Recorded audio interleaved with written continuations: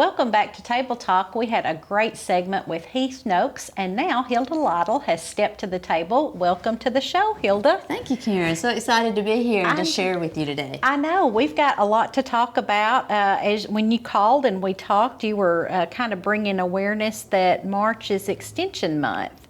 Yes. And you've been a longtime employee of the Extension Office. Tell us, I guess, first how your role has progressed and changed over the years. Okay, well, it has, and as you said, I guess I'll have to admit it. I've been there 37, almost 38 years.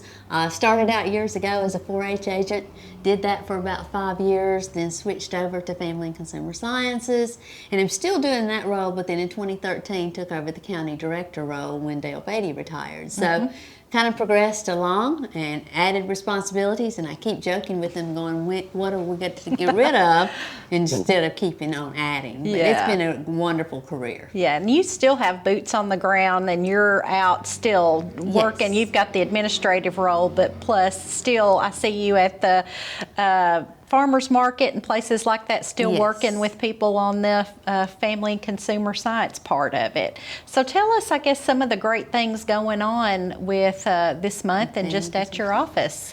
All right, well, just a couple of things going on Family and Consumer Science. One thing I will say is, as you mentioned, boots on the ground, so to speak. One of the greatest things that I do is my audience is anywhere from 3-year-olds to, I had a lady in doing one of my classes a couple of years ago, said, I'm 92, do you think I can still learn something? I said, oh, sure, come join us.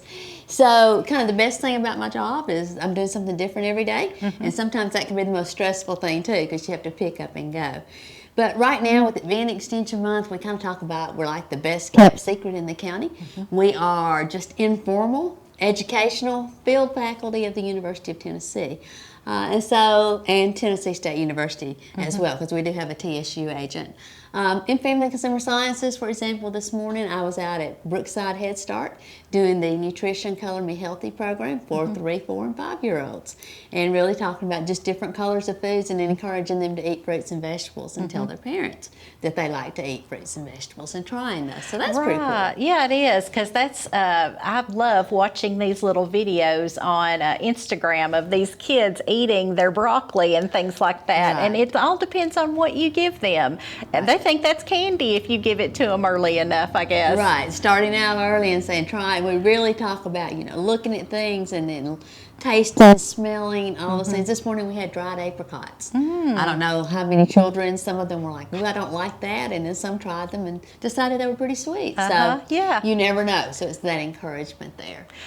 I can remember over the years growing, that's when you talked about tasting. 4-H is always associated with the milk and the cheese and the dairy and learning about that, what makes it good. And you all have done a team, I guess, for years in all of those things, teaching the youth. We do a big June Dairy Month promotion, so we really try to encourage, and especially now with low-fat dairy products and all those things that can be healthy for us, the options to choose. Yeah. So you said you were with the Brookside Elementary. Then what do you have on the other end as far as for middle age and our older people to participate in? All right, well, we do some nutrition programs. I have a 10-step, I call it 10-step Tennessee Nutrition Consumer Education Program, which is Margie Foster is our program assistant, and she'll do adult nutrition programs, My Plate for My Family, and we also do a great program called Eat Well, Feel Well. That's about 8 sessions of different things for nutrition, and that's for any age. Eat Well, Feel Well is more for the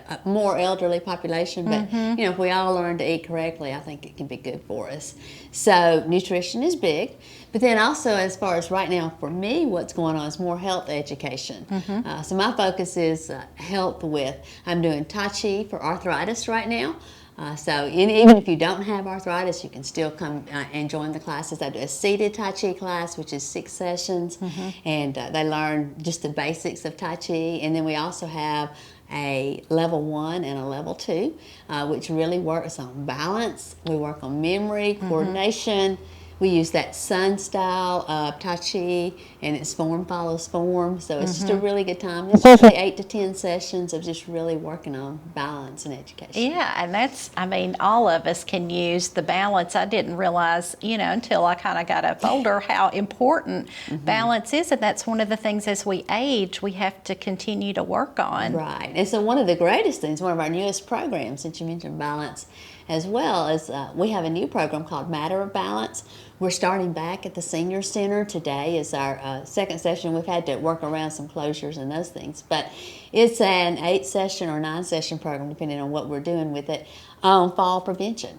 And elderly especially, but probably anyone, we can be aware of falls or how quickly we can turn or trip or watch for clutter and all the different things that can give us things that might make us fall. So we really look at how we can prevent falls. And then if we do fall, what's the correct way to get up and all those kind of things. So it's been a great program to have a new emphasis there. And like I said, it's starting at the Senior Center this afternoon. And we're also doing that virtual, which is pretty cool because I have a coworker that's in DeKalb County, the Family and Consumer Science agent there, and we're doing the program together, even though she stays in her office and I stay in my office.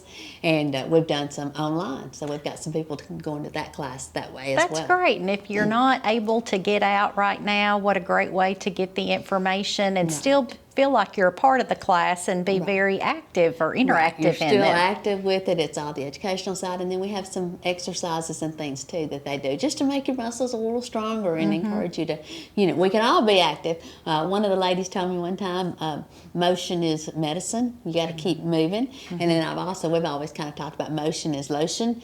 We want to keep those things moving and try to keep us as safe as possible and do that fall prevention. Yeah, when you mention the Tai Chi, a lot of times what comes to mind is like karate and things like that, but it's nothing like that, is it? It's a lot more stretching and things like that. It is stretching and moving, and it's very slow. I'll tell you, even on TV, we get tickled. My husband gives me a hard time about, are you teaching Tai Chi today? Well, it is slow.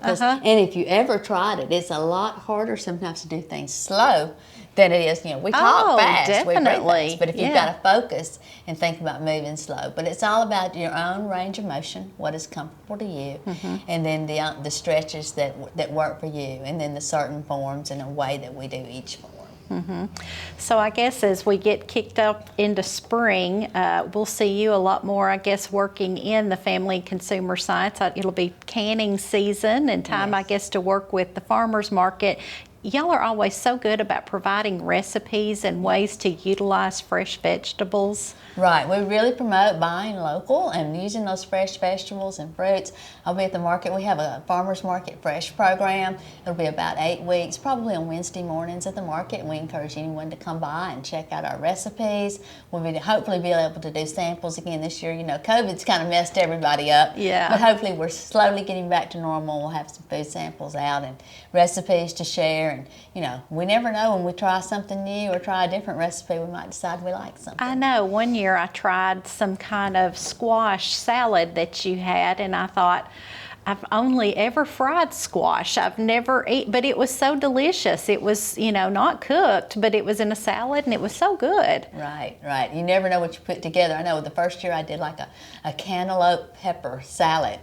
And I'm like, cantaloupe and red pepper together, but it really turned out to have the flavoring that's good, and you've got a soft and a crunchy, so it really worked out great. Kind of like putting balsamic over watermelon. It sounds, and eating cheese with it, it sounds odd, but it's really yummy. Right, I agree.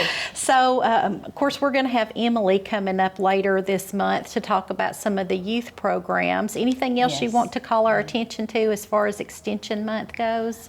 Well, just one thing, and I will say Emily and Allison are coming too. We do have a new Extension agent. Allison's our new TSU agent, so they will both hopefully be coming and telling you about 4-H.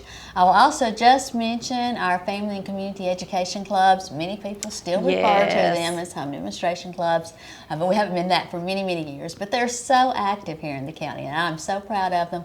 We've got 5 active clubs, about 70 active members, and they're always busy doing something, whether it's Visitation Month, International Day, a service project. county council meetings. I mean, you name it, they're always busy. They're one of the biggest supporters of Extension, and we're so glad that they're out in the Yeah, community. those and are visible. kind of local community ladies that are really still giving back. I love in the paper reading what they do in their club meetings and all of the, whether it's making something or sharing a craft, they're so active. They're always active. They're always coming up with something new, and I think that they just are so encouraging to want to do. And it's open to anyone. It can be males or females, anyone that was interested in community service and projects. I know we always see the kind of fruits of our labor, or their labor, whenever we go to the fair and look at all the great things that people enter. And then we even see a lot of the younger people entering, whether it's canning or fruits and things like that. Food prep, I can't get that word out. But yeah, they're still kind of paying it forward by teaching others how to do these old skills that we still need. Right. Quilting, I mean, there's all kinds of emphasis out there. So they're really teaching something a lot for of things. everybody.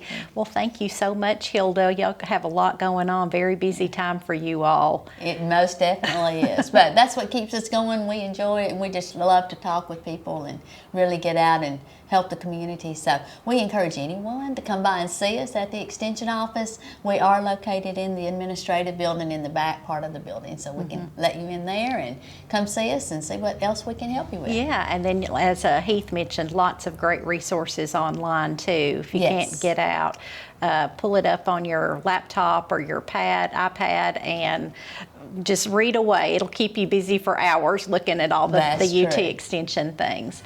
Thank you so much, and I'll thank our audience for joining us today. We hope you enjoyed your time with us. Have a safe, healthy, and happy week, and come back again for more Table Talk.